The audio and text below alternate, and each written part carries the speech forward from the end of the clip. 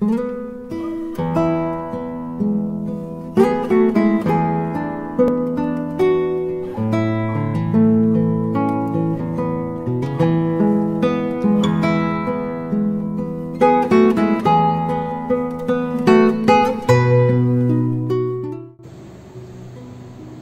pagi dan salam sejahtera bagi kita semua.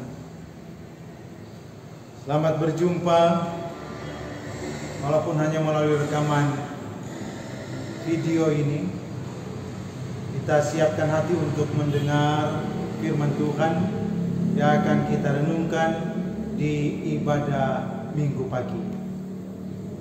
Dan sebelum kita mendengarkan firman-Nya, kita memohon tuntunan Tuhan supaya kita dimampukan memahami, mengerti firman.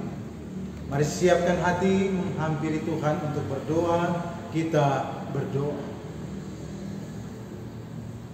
Ya Tuhan Allah kami, ya Yesus Kristus, Kepala Gereja Tuhan dan Juru Selamat firman kehidupan. Kami bersyukur untuk persekutuan ibadah Minggu pagi ini. Dan di dalamnya kami bersyukur sebab Engkau hendak menjumpai kami dengan firman-Mu melalui bacaan Alkitab dan perenungan. Maka kami memohon ya Tuhan, tuntunlah kami dengan hikmat-Mu. Bimbinglah dengan kuasa Roh Kudus-Mu, baik hamba pelayan firman-Mu dan jemaat-Mu yang akan mendengarkan firman-Mu, sehingga kami akan terberkati lagi dengan firman-Mu. Maka inilah doa kami umat-Mu yang siap mendengar firman-Mu, dalam Kristus Yesus Tuhan dan Juru Selamat kami berdoa.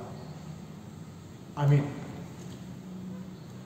Bacaan Alkitab kita hari ini diambil dalam kitab Peratapan pasal 3 ayat 49 sampai ayat 66. Saya akan membacakan bacaan Alkitab untuk kita dengarkan bersama. Firman Tuhan telah ditulis sebagai berikut. Air mataku terus-menerus bercucuran dengan tak henti-hentinya, sampai Tuhan memandang dari atas dan melihat dari surga. Mataku terasa pedih oleh sebab keadaan putri-putri kotaku. Sebab seperti burung aku diburu-buru oleh mereka yang menjadi seteruku tanpa sebab. Mereka melemparkan aku hidup-hidup dalam lubang, melontari aku dengan batu. Air membanjiri di atas kepalaku, kusangka binasa aku. Ya Tuhan, aku memanggil nama-Mu dari dasar lubang yang dalam. Engkau mendengar suaraku. Janganlah kau tutupi telingamu terhadap kesahku dan teriak tolongku. Engkau dekat tatkala aku memanggilmu. Engkau berfirman, jangan takut. Ya Tuhan, Engkau telah memperjuangkan perkaraku. Engkau telah menyelamatkan hidupku. Engkau telah melihat ketidakadilan terhadap aku. Ya Tuhan, berikanlah keadilan. Engkau telah melihat segala dendam mereka, segala rancangan mereka terhadap aku. Engkau telah mendengar cercaan mereka, segala rancangan mereka terhadap aku. Percakapan orang-orang yang melawan aku dan rencana mereka terhadap aku sepanjang hari. Amatilah duduk bangun mereka. Aku menjadi lagu ejekan mereka. Engkau akan mengadakan pembalasan terhadap mereka, ya Tuhan, menurut perbuatan tangan mereka. Engkau akan mengeraskan hati mereka. Kiranya kutuk-Mu menimpa mereka. Engkau akan mengejar mereka dengan murka dan memunahkan mereka dari bawah langit, ya Tuhan. Demikian bacaan Alkitab, dan berbahagialah kita yang mendengarkannya sebagai firman Tuhan serta hendak menghayati makna firman-Nya untuk terus diberlakukan dalam perjalanan hidup beriman. Saudara-saudara jemaat yang dikasihi Tuhan, bacaan Alkitab kita hari ini seperti minggu lalu kita masih menghayati ratapan dari Nabi Yeremia.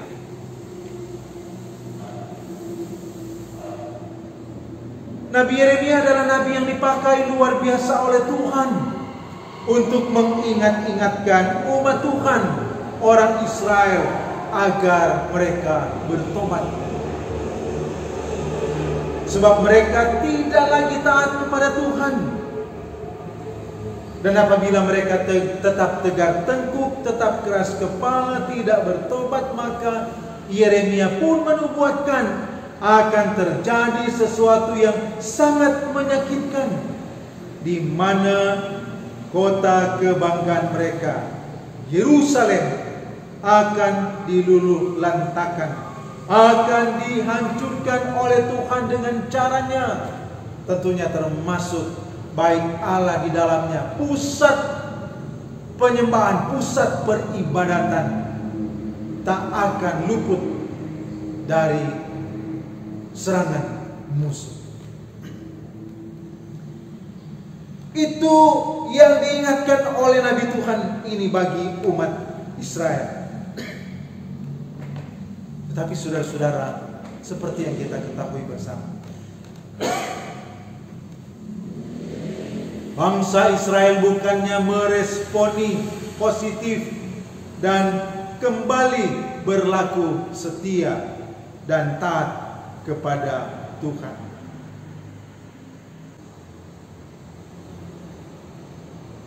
Tetapi justru mereka membenci Nabi Yeremia, dan bahkan mereka menangkap Yeremia serta mengancamnya untuk membunuhnya. Dan itu jelas tertulis dalam kitab Yeremia pasal 26. Perikop yang berjudul Yeremia mau dibunuh karena menubuatkan kemusnahan baik Allah.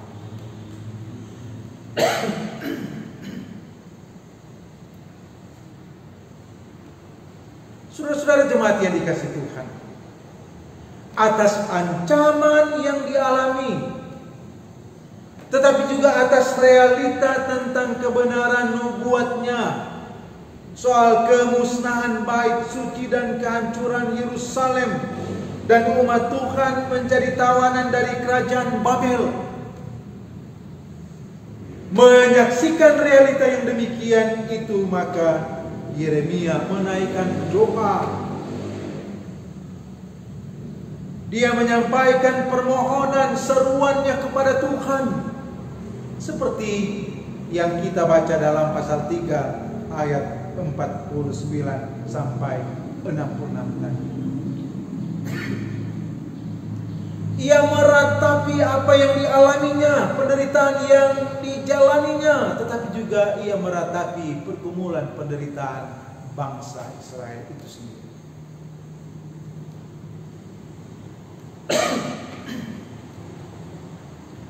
Ayat 49-50 tadi, air mataku terus-menerus bercucuran dengan tak henti-hentinya, sampai Tuhan memandang dari atas dan melihat dari surga. Saudara-saudara jemaat yang dikasihi Tuhan,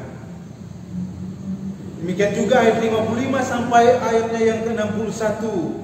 Ya Tuhan, aku memanggil namamu dari dasar lubang yang dalam.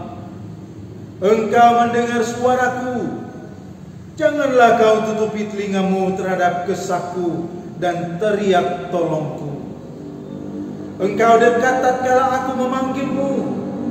Engkau berfirman jangan takut. Ya Tuhan, Engkau telah memperjuangkan perkaraku. Engkau telah menyelamatkan hidupku. Engkau telah melihat ketidakadilan terhadap aku. Ya Tuhan, berikanlah keadilan. Engkau telah melihat segala dendam mereka, segala rancangan mereka terhadap aku. Engkau telah mendengar cercaan mereka. Ya Tuhan, segala rancangan mereka terhadap aku. Itulah yang diserukan, permohonan yang diungkapkan oleh Yeremia. Sekali lagi, mengalami penderitaan baik pribadi tetapi juga bangsa Israel. Nah, saudara-saudara, ratapan Nabi Yeremia ini yang berisi permohonan disertai dengan tangisan. Hal ini menunjukkan kepada kita betapa Yeremia sungguh-sungguh dia membangun pengharapan di dalam Tuhan, meskipun ia tahu bahwa penderitaan bangsa Israel diakibatkan oleh hukuman dari Tuhan. Tapi juga meskipun ia tahu bahwa penderitaannya juga akibat dari tegar tengkuknya pemimpin dan umat Tuhan itu sendiri. Tetapi dia tetap datang memohon kepada Tuhan untuk baik memulihkan bangsanya, tetapi juga membela dia yang mengalami penderitaan disebabkan oleh umat Tuhan sendiri. Dari kesanggupan Nabi Yeremia membangun pengharapan di dalam Tuhan, hal ini juga mengingatkan kita agar kita pun hendaknya bersungguh-sungguh memohon kepada Tuhan atas apapun yang sedang kita gumuli, atau bersungguh-sungguh memohon kepada Tuhan atas apapun yang sedang membuat kita menderita. Bila kita sungguh-sungguh berharap, hal ini menandakan bahwa kita tidak meragukan kuasa dan kasih Tuhan. Demikian juga bila kita sungguh-sungguh berharap, juga menandakan bahwa kita memiliki kerendahan hati untuk mengakui bahwa hanya Tuhanlah, hanya kuasanya lah, hanya kasihnya lah, hanya oleh pertolongan Tuhanlah kita bisa melewati semua pergumulan dalam bentuk apapun. Sungguh-sungguh berdoa, sungguh-sungguh berserah, menandakan bahwa kita menyerah diri, bahwa kita tidak sanggup tanpa kekuatan daripadanya. Dan itu menunjukkan ketaatan kita untuk meyakini dan selalu berlindung kepadanya. Saudara jemaat yang dikasihi Tuhan, Nabi Yeremia bersungguh-sungguh menggumuli apa yang digumulinya, penderitaan yang dialaminya. Tapi juga dia sungguh-sungguh menggumuli, berserah kepada Tuhan, bermohon kepada Tuhan atas umatnya yang juga sedang menderita ketika Yerusalem dihancurkan, termasuk Bait Allah, pusat peribadatan mereka, tidak bisa lagi dimanfaatkan untuk umat datang beribadah, karena sebagian besar dari mereka diangkut menjadi orang-orang pembuangan di kerajaan Babel. Dan sekali lagi, meskipun tadinya mereka merencanakan yang jahat, ingin membunuhnya, tetapi sedikit pun ia tidak membenci mereka. Rasa kepeduliannya amat tinggi terhadap sesama bangsanya. Solidaritasnya diwujud nyatakannya untuk menggumuli penderitaan umatnya. Hal ini juga mengingatkan kita bahwa ketika kita dan orang-orang di sekitaran kita juga mengalami pergumulan penderitaan, betapa perlunya juga kita turut bergumul dengan apa yang mereka gumuli. Turut berharap supaya Tuhan memulihkan. Situasi kondisi yang juga sedang kita hadapi saat ini, kita dimotivasi untuk menggumulinya secara bersama. Tidak perlu melihat kekurangan, kelemahan, keterbatasan siapapun yang ada di sekitaran kita. Tapi sama-sama kita datang kepada Tuhan. Sama-sama kita bermohon kepadanya untuk Dia pulihkan. Dia mengampuni kita. Dan Dia memberi pertolongannya supaya kita terbebas dari ancaman COVID-19. Tapi juga ketika kita bergumul dengan pergumulan-pergumulan pribadi, kita pun datang menyerahkan karena ada keyakinan bahwa Tuhan Dia sanggup memulihkan kita dengan kekuatan kuasa. Nah, kiranya kita menjadi umat-Nya yang semakin bersungguh-sungguh berserah diri dan menyerahkan semua beban hidup ini, menyerahkan semua pergumulan ini. Karena juga kita ada keyakinan terhadap sabda Tuhan. Yesus bersabda bagi kita, "Marilah kepadaku semua yang letih lesu dan berbeban berat. Aku akan memberi kelegaan kepadamu."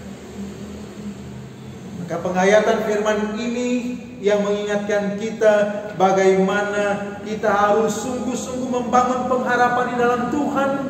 Kiranya mendorong kita untuk sungguh-sungguh menyerahkan totalitas hidup ini dengan penuh keyakinan bahwa Tuhan akan menghadirkan kuasa dan kasih-Nya, memulihkan kita, memulihkan situasi dan kondisi dunia dengan ancaman COVID-19, memulihkan situasi dan kondisi negeri kita tercinta ini, daerah kita ini, keluarga kita, jemaat kita.